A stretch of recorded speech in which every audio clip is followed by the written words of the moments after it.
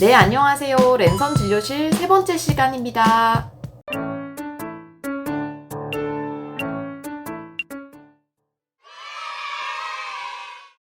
하이트 무알코올 배물리디 먹는데 먹어도 되는 건지 물어보셨고 당연하죠. 네, 그래서 제가 비형간염 환자분들 술 드시고 싶은데 뭐 먹으면 좋냐고 하시면은 무알코올 저는 권유해드리고 있습니다. 전혀 문제 없으니까 마음 편하게 드시고요. 네, 다음은 백고동님께서 동네 내과에서 초음파를 했는데 간혈종, 아마 간혈관종일 거예요. 간혈관종이 있어서 별거 아니라고 말을 들었는데 좀 걱정이 되신다 얘기를 하셨어요. 제가 우리 백고동님 같은 분들을 위해서 예전에 영상을 하나 만들어뒀습니다.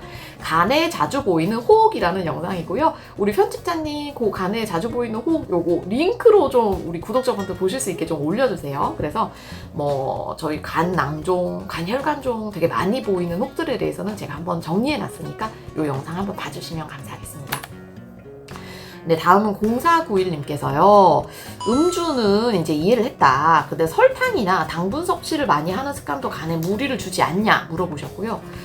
요새 여러분 예전에 비알코올성 지방간이라고 한 게 MASLD, 마즐드, 메타볼릭 어소시에이티드 스테아토틱 리버 디지즈라는 표현으로 쓰이고 있습니다. 그래서 이런 단 거, 탄수화물 내지는 뭐 대사성 질환 때문에 지방간 생기고 간 안 좋아지는 거를 얘기를 하고요.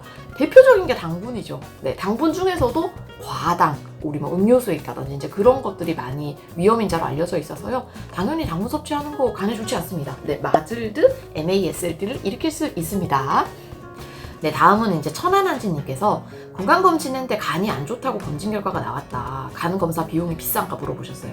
이게 사람마다 달라요. 그러니까 이제 오셨을 때 뭐 간이 안 좋다는 게 여러 가지 의미가 있을 수 있잖아요. 간에 혹이 있다는 걸 수도 있고, 아니면 뭐 간 수치가 안 좋다는 걸 수도 있는데, 뭐 가족력이라든지 기저 비형 간염이 있는지, 아니면 이분이 뭐 술을 많이 드시는지 이런 거에 따라서 초기로 추천하는 검사가 많이 달라지거든요. 예를 들면 이제 저는 경증 환자분들 같은 경우에는 그냥 피검사만 하자고 하는 경우도 있고, 뭐 어떤 경우는 피검사 플러스 초음파까지 보자고 하는 검사도 있고, 어떤 사람은 아무래도 이분은 간경화 같은데 이러면 이제 처음부터 약간 뭐 피검사에 CT 바로 찍자는 분이 있고, 이분은 확실하다, 비형간염에 뭐 간경화가 확실하다 이러면 이제 뭐 피검사, CT, 간섭류화 검사 이렇게 한꺼번에 하게 됩니다. 그러니까 환자 상태에 따라서 비용이란 게 되게 천차만별이라서 직접 가보셔야 아마 결정이 좀 될 것 같습니다. 네, 다음은 유저님께서 일반 카스 맥주가 알코올 농도가 4.5 정도인데 이 정도 알코올 수치도 간에 위험한가 물어보셨습니다. 여러분 이게 알코올 농도가 의미가 없는 게요. 보통 여러분 그 맥주 한 캔 양 많잖아요. 소주 한 잔 작고 위스키 한 잔 더 작잖아요. 그래서 그 한 잔에 들어가 있는 알코올은 다 똑같다. 이게 이제 표준 한 잔 개념이거든요. 그래서 어차피 뭐 카스 요만큼 먹는 분 없잖아요. 이만큼 먹지. 그래서 카스도 똑같이 간에 안 좋습니다. 그리고 실제 제 환자분들 보면요, 드시는 맥주량이 어마어마합니다. 뭐 하루에 카스 맥주 5리터씩, 4리터씩 배불러서 어떻게 드세요? 여쭤보면은 또 들어간대요. 그렇게 많이 드시는 분들이기 때문에 이게 알코올 농도가 낮다고 해서 절대 마음 놓을 일이 아니고, 마찬가지로 제발 이 막걸리 안전하다고 생각하지 말아주세요. 막걸리도 마찬가지로 소주 똑같이 간에 안 좋습니다. 네, 다음은 우리 코코님께서 레시틴, NAC 영양제 먹고 있는데 먹어도 될지. NAC가요, N아세틸시스테인이라고 저희가 항산화 물질로 많이 알려져 있는데 결론적으로 둘 다 관련 없습니다. 드셔도 뭐 간에는 큰 문제가 없어서요. 네, 다음은 프로그탑 워터님이 전문적 질문해 주셨어요. 요즘에 위고비, 마음자로, 레즈리프라 등이 메쉬, 그러니까 아까 제가 마즐드 얘기 드렸던 그 마즐드가 대사 이상성 지방간이고, 메쉬는 이제 대사 이상 지방간염, 염증이 심한 환자들한테 섬유화 개선 효과를 보인다는데 선생님 생각은 어떤가요?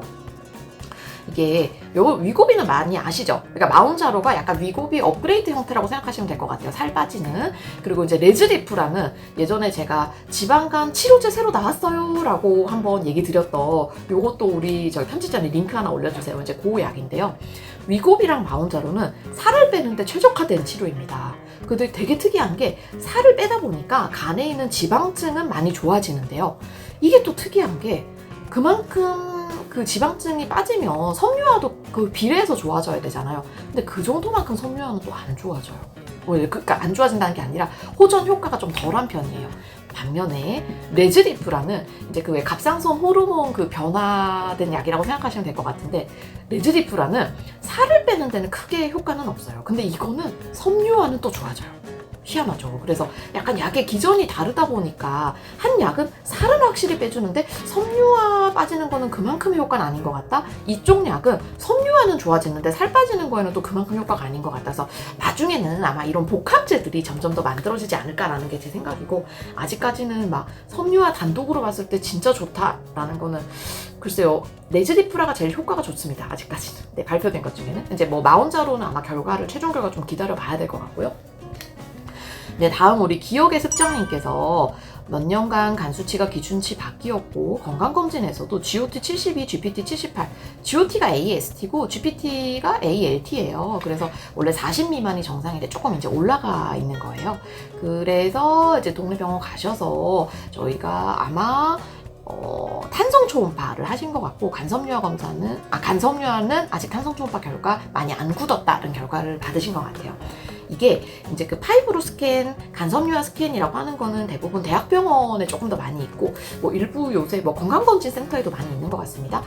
초음파를 보면서 볼 수 있는 거는 지금 우리 기억의 습자님이 얘기하신 탄성 초음파라는 게 있습니다. 그래서 초음파 하면서 바로 약간 간섬유화 스캔과 비슷하게 간이 굳은 점수를 볼 수 있는 게 있거든요. 그래서 잘 하신 것 같아요. 그리고 지금 비용 한 요 정도 맞습니다. 그래서 초음파만 하게 될 때랑 플러스 이제 탄성 초음파까지 하게 될 때 약간 비용을 더 받게 되는데, 뭐 그 얼마나 더 플러스 되는지는 이게 비급여라서 병원마다 조금 급여 차이는 있는 것 같아요. 네, 다음은 홍정수님께서 자가면역 질환이라고 하는데 피검사 말고 간 조직 검사까지 해야 되는지 물어보셨어요. 아이고, 또 걱정이 많으셨을 것 같습니다. 일단 요 자가면역 간염에 대해서는 제가 요것도 영상 만들어 놓고 있으니까 요거 한번 조금 보시면 좋을 것 같고요. 링크 올려드릴게요. 결론적으로는 저는 자가면역 간염은 조직검사 한번 해보시는 거를 추천드립니다. 왜냐면 이게 피검사만으로는 소위 얘기하는 민감도, 특이도가 100%가 되지가 않아요. 그리고 자가면역 간염이라고 단순하게 있는 경우뿐만 아니라 이게 약간 원발성 담지성 결벽증이랑 좀 섞여 있다든지 이런 오버랩 되는 형태가 있기 때문에 조직검사를 해봐야 알 수가 있거든요. 그래서 조직검사 많이 할 필요 없습니다. 평생에 한 번 정도는 자가면역 간염 환자분들을 해보시는 걸 추천을 드립니다. 다음은 이제 한재님께서 만성 비형 간염 활성화 치료 후에 비활성화가 됐으면 안전한 거냐, 아니면 다른 치료가 필요한 거냐. 비활성화가 됐다는 거에 의미가 좀 여러 개가 있을 것 같은데요. 이게 이제 보통은 S안티젠, 우리가 표면 항원이 없어진 거가 제일 좋은 거죠. 그러면 이게 S항원이 없어지면 당연히 있을 때보다는 조금 위험도가 떨어지는 거는 맞습니다. 근데 이제 저희가 cccDNA라고 비형 간염 안에 사람 간세포 안에 이렇게 숨어 있게 되는 그 DNA까지는 없어지지 않는 경우가 많기 때문에 뭐 S 항원이 없어졌다 그래서 100% 나는 정상인이랑 똑같다라고 보기는 힘들어요. 근데 이제 일반적으로는 S 항원이 없어지는 경우는 많지 않죠. 보통 항바이러스를 드시게 돼서 DNA가 검출되지 않는 HBV DNA가 넌 디텍션 되는 상태까지는 그거를 이제 비활성화라고 하는 분들도 있고, 이제 그런 상태도 마찬가지로 DNA는 검출이 안 되더라도 S항원이라든지 cccDNA는 남아있는 경우가 많기 때문에 위험도가 떨어는 지지만 그래도 정상인보다는 여전히 높은 상태라고 생각해 주시면 될 것 같습니다. 네, 다음은 라저님께서 내과 복부 초음파에서 혈관종이 있어서 영상학과 가서 CT하고 혈관종을 확인받았습니다 라고 얘기하셨어요. 이게 전형적인 그 프로세스입니다. 대부분 건강검진 하시다가 초음파에서 뭔가 이상한 혹이 하나 발견됐고 추가 검사로 CT를 해서 아, 혈관종이구나, 괜찮다 라고 이제 경과관찰 요거에 넘어가는 경우가 많습니다. 다음은 릴리님께서 이제 5개 질문을 주셨는데, 고등학교 때 비형 간염으로 진단받으면 신검 때 현역 판정을 받았다가 급성 간염으로 면제 판정이 가능한가?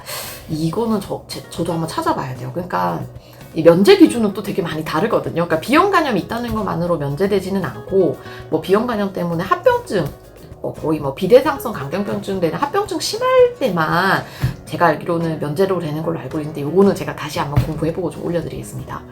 만약에 급성이 아니라 만성 간염이라면 지속적인 치료가 필요하냐, 아니면 추적 관찰만 하면 되냐, 이거는 사람마다 달라요. 지금 역동성 비형 간염이라고 얘기해 주신 게 아마 DNA가 검출되지 않는 거를 얘기해 주신 것 같은데, 네, 그래서 DNA가 검출이 안 될 때도 있고 조금 검출될 때도 있고, 근데 뭐 조금 검출되는데 기저 간이 약간 뭐 간경변증이 있다든지 이럴 땐 또 치료가 필요할 때도 있거든요. 그래서 케이스 바이 케이스 다르기 때문에 병원 다니시면서 정기검사 해보시는 게 좋을 것 같다. 그리고 5번, 술을 마셔도 되냐? 아니, 의사한테 이런 질문을 하시면 당연히 술은 안 먹는 게 좋다고 얘기를 하시죠. 네. 다음은 이제 진DSIB님이 물어보셨고요. 챗GPT에 교과서 요약된 진료 매뉴얼을 싹 다 입력을 하고 챗GPT가 그대로 대답하게 하는 것도 괜찮지 않냐? 이거 가능하죠. 근데 저도 생각해 본 적이 있는데 약간의 그 뭐랄까, 챗GPT가 어쨌든 그 사람의 제너럴 어피어런스 내지는 이 사람의 대화에서 느껴지는 어떻게 대했으면 좋겠다, 뭐 이 사람 좀 예민한 분이다, 아니면 이 사람은 조금 그냥 오히려 너무 자세히 설명 안 드리는 게 마음 편해할 것 같다, 이런 행간의 의미는 좀 못 읽잖아요. 그래서 그런 부분은 좀 사람이 판단하는 게 아직은 맞을 것 같습니다. 다음은 DHYIM님께서 주셨고, 아, 이거 너무 되게 전형적 케이스라서 제가 한번 올려봤습니다. 3주 전에 농장주님께서 야생 칡즙이라 그래가지고 좋다 그래서 두어 잔 먹고 자고 일어났는데 다음날부터 급성 황달이 엄청 심하게 생겨서 이제 결론은 독성 간염이죠. 그걸로 입원 치료를 많이 하셨던 것 같습니다. 여러분, 그 독성 간염이요, 제가 막 영양제 관련 이 영상을 올리면은 그거 많이 먹어야 걸리는 거 아니냐 이렇게 얘기를 하시는데, 지금 우리 DHYIM님처럼 한 번 먹었는데도 이렇게 오는 경우가 꽤 있습니다. 그러니까 이게 알레르기 반응 일종이라고 생각하시는 게 더 편할 것 같아요. 그러니까 나랑 안 맞는 게 들어왔을 때, 뭐 나는 칡즙을 분해하는 효소가 없다든지 이제 이렇게 되면은 뭔가 이런 부작용 같은 게 나타날 수 있고 용량과는 관련이 없을 때가 더 많다. 네, 그래서 꼭 기억을 해주십시오.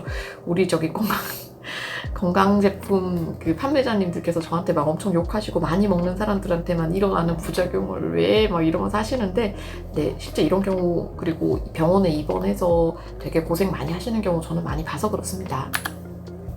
다음은 허부영님께서 간경화를 앓고 있는 환자입니다. CT 찍을 때 조영제 부작용으로 가려움증이 있다. 8개월이 지났는데 여전히 가려움증이 있는데 치료 방법이 없냐? 이게 아마 이게 조영제라는 게 반감기가 있잖아요. 그래서 8개월이면은 지금은 조영제 때문에 그런 게 아닐 거예요. 그래서 만성 두드러기랑 관련된 가능성이 좀 높아서 허부영님 아마 피부과 가보시는 게 조금 더 나을 것 같습니다. 이거 지금은 조영제 때문에 아닐 가능성은 높아요. 네, 다음은 우리 금나와님께서 교수님 MRI 영상으로 간의 지방이 퍼센트 수치로 나타날 수 있는지 물어보셨고요. 제가 그래서 요거 우리 금나와님 보여드리려고 자료 사진 갖고 왔습니다. 저희가 MRI PDFF라고 하는 영상이 있어요. 그래서 MRI를 찍었는데 간이 얼마나 지방이 쌓이는지를 볼 수 있는데 이런 것처럼 보입니다. 그래서 간도 우리가 간이 크잖아요. 세그먼트 8개 구역으로 나눌 수가 있거든요. 그럼 이 MRI PDF를 찍으면은 각 구역마다 지방이 몇 프로가 쌓였는지가 퍼센트로 나옵니다. 지금 보이시죠?